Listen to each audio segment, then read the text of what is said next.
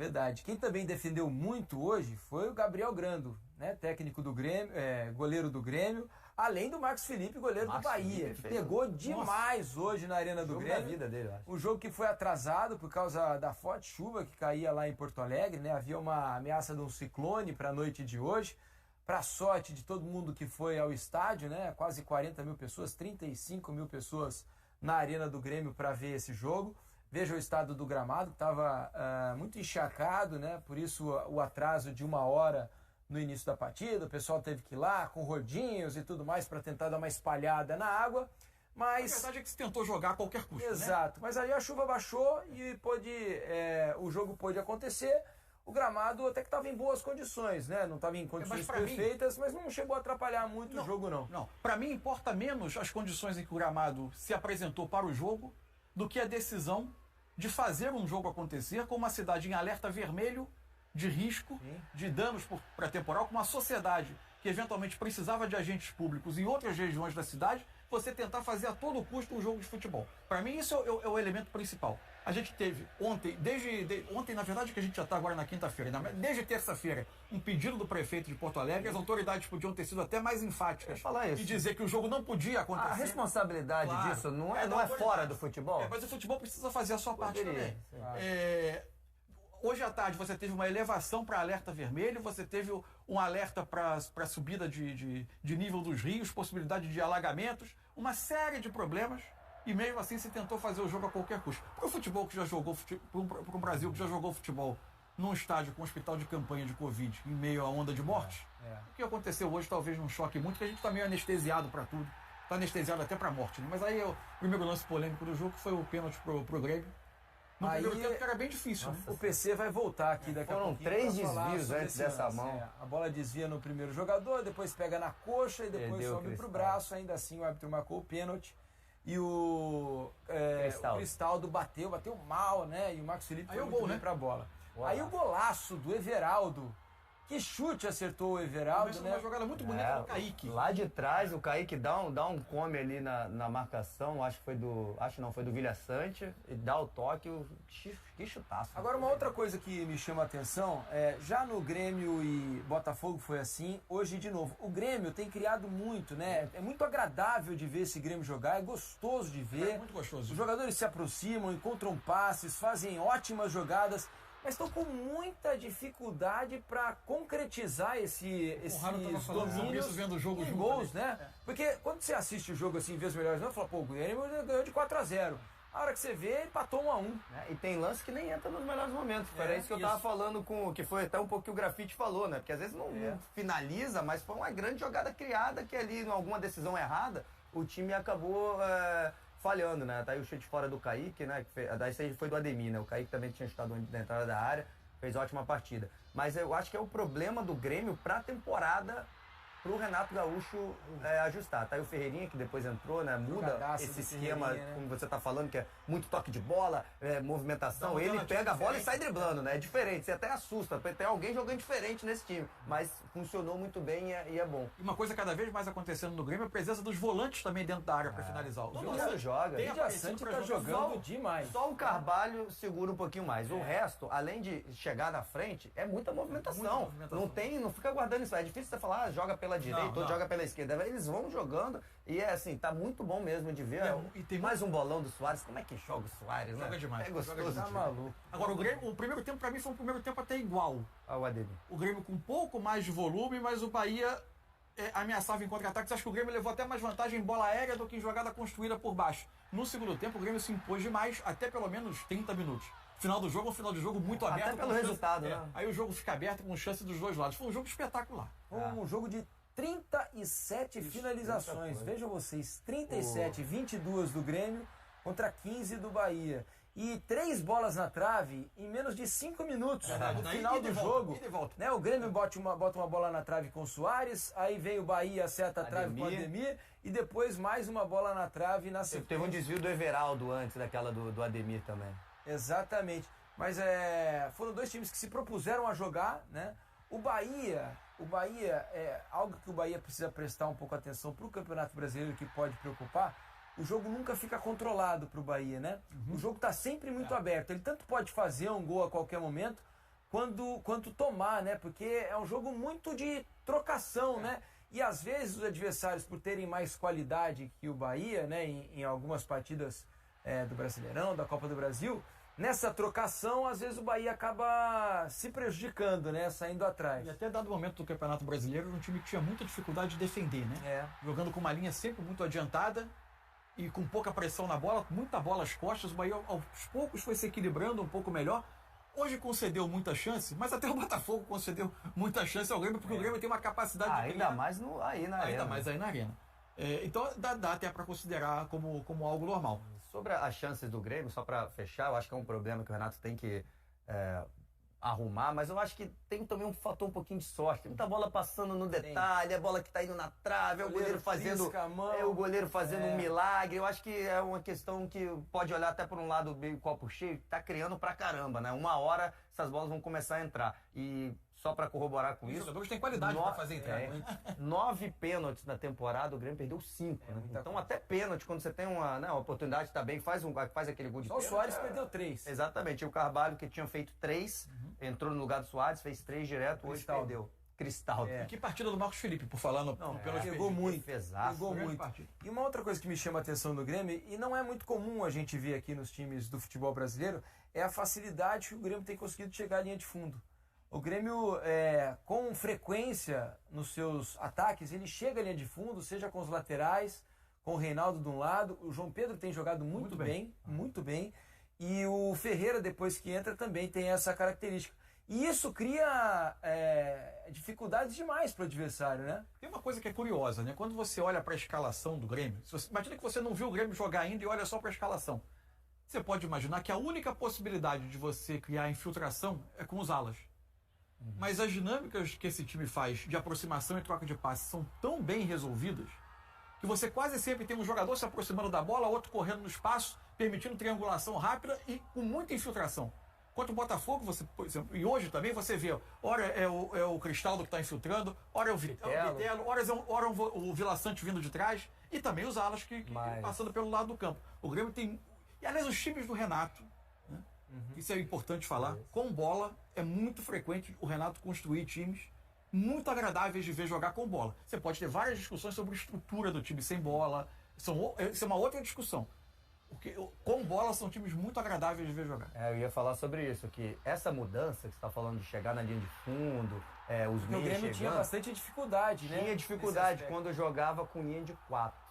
Jogava com 2 zagueiros. Quando ele passa a jogar com 3 zagueiros e libera esses alas, o jogo do Grêmio é muito baseado no Reinaldo. Porque ele teve uma época que o Reinaldo estava machucado também, né? Porque o João Pedro também não estava jogando. Então, ele chegou a reclamar, né? Eu mesmo falei várias vezes aqui no Troca, em outros programas, cara, é muito difícil jogar sem ponta, sem jogador, não necessariamente ponta, jogadores de velocidade, porque o Ferreirinha estava machucado. O Ferreirinha voltou agora, mesmo assim é banco, mas essa mudança de 3 zagueiros para jogar com alas, que mesmo que eles não passem, você preocupa os laterais adversários a marcarem os seus alas. E sobra espaço por dentro para essa galera que joga bem, que ele está colocando. Então é mérito do Renato Gaúcho. Estou com você mais uma vez, é um time dele jogando muita bola, é bom de ver jogar, você pode falar do sistema defensivo, mas enfim, o Grêmio, voltando de uma Série B, está jogando muita bola e o Renato Gaúcho tem muito mérito. Então vamos ouvir os dois treinadores. Os dois Renatos falaram a respeito desse jogo, a classificação do Grêmio nos pênaltis. Renato Gaúcho e também Renato Paiva. Vamos ouvir os dois.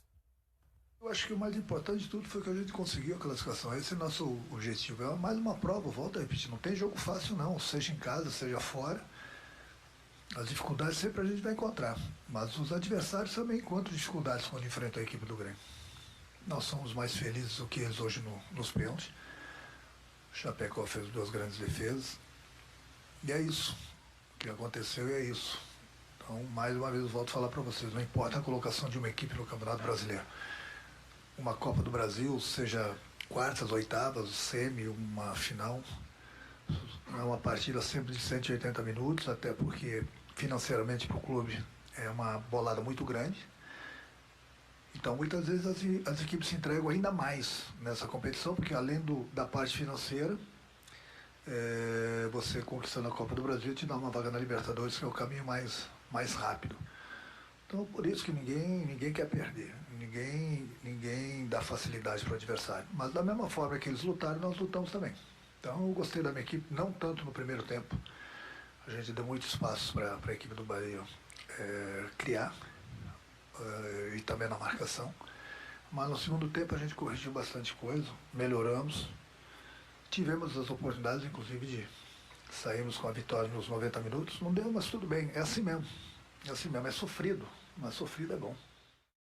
Fizemos um jogo de grande qualidade num estádio muito difícil, como bem disseste, historicamente muito difícil, contra uma equipa que está em segundo lugar no Campeonato Brasileiro, que tem uma forma de atacar muito variada e muito difícil de contrariar. Mas nós chegámos aqui, sabíamos que íamos sofrer em termos defensivos, porque de facto nem sempre são erros da nossa parte. Às vezes há mérito do adversário, e há mérito do adversário neste golo, é um contra um, cruzamento para trás.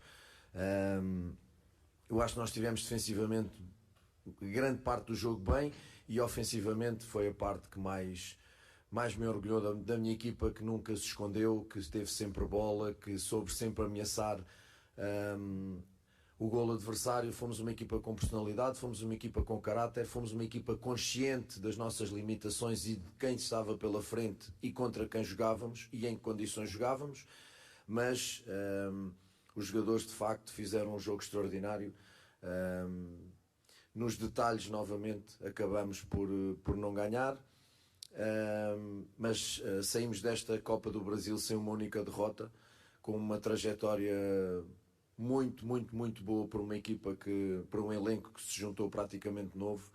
Um grande trabalho destes jogadores. Hoje quem esperava aqui um massacre, entre aspas, o ascendente em alguma parte, em alguns momentos do jogo do Grêmio é normal, porque joga em casa, porque é uma grande equipa e porque tem muita qualidade, em especial no seu ataque.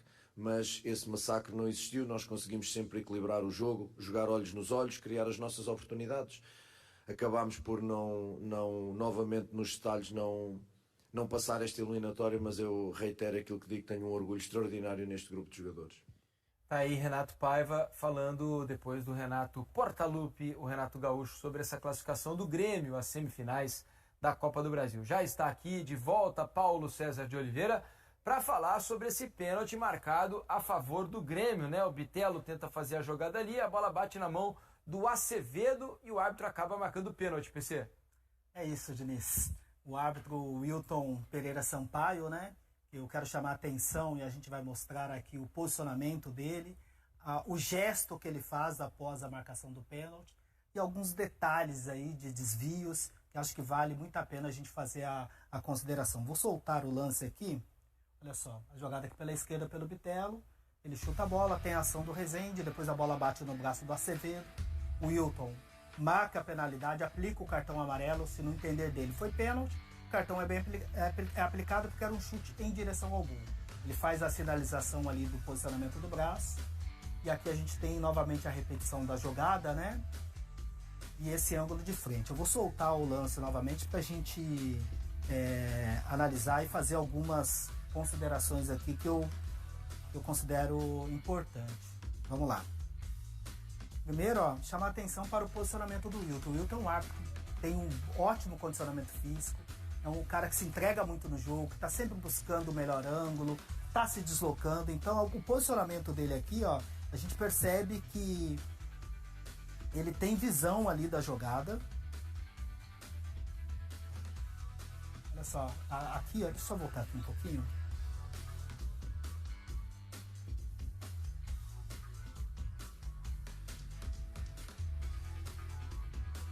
Bem próximo mesmo do lance. Vivo é assim mesmo, vamos lá. Só tentar buscar aqui a seta, né? Olha só. Ele está próximo, ele está a uma distância aproximada aí de 4 metros e meio mais ou menos da jogada. Ele tem um bom posicionamento, mas eu vou soltar aqui para a gente ver um outro detalhe. Ó. Ele aplica o cartão amarelo, vamos lá. Deixa eu voltar aqui um pouquinho para pegar aqui essa sinalização que ele faz. Ó. Do braço aberto? É isso. Vou voltar aqui novamente para a gente parar exatamente no momento do detalhe. Vamos lá. Marca a penalidade, mostra o cartão amarelo. Ó, só voltando aqui. Ele faz claramente um gesto desse braço aberto. Essa é a visão que ele teve no campo de jogo, né? Um movimento que, no entender dele, é ampliando o espaço do corpo, braço nessa posição. Muita gente chamando a atenção a respeito do desvio primeiro no jogador, que é sempre bom a gente trazer, porque muita gente fala assim, olha, bateu no corpo primeiro, então não é pênalti. Nem sempre. Quando o jogador está numa posição já pré-estabelecida, com o braço aberto, a bola bate no corpo dele e esse braço já está aberto numa ação de bloqueio, e ela não tem uma mudança significativa de direção, ok, ser considerado pênalti. Mas o que eu quero chamar a atenção nesse lance é para o primeiro desvio. Olha só, no próximo ângulo a gente vai conseguir identificar. Vamos lá. Ele faz a sinalização do braço aberto, né? Eu queria chamar a atenção, tá indicando a posição do Acevedo.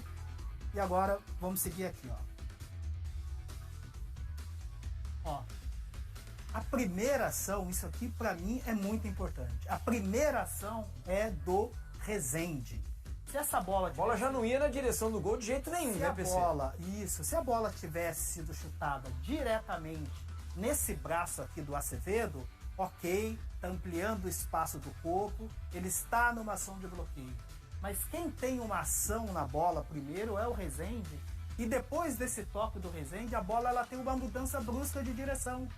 Então a gente pode considerar que essa ação aqui do Acevedo, de certa forma, essa bola também vem de uma forma inesperada, por quê? Em função desse desvio do Rezende, ó. Tem o desvio do Rezende, a bola tem uma mudança brusca de direção, e esse ângulo aqui, ó, ele é muito bom para a gente observar a posição do braço, porque a gente não pode se prender apenas com um ângulo, entendeu? O VAR ele tem que buscar outros ângulos também.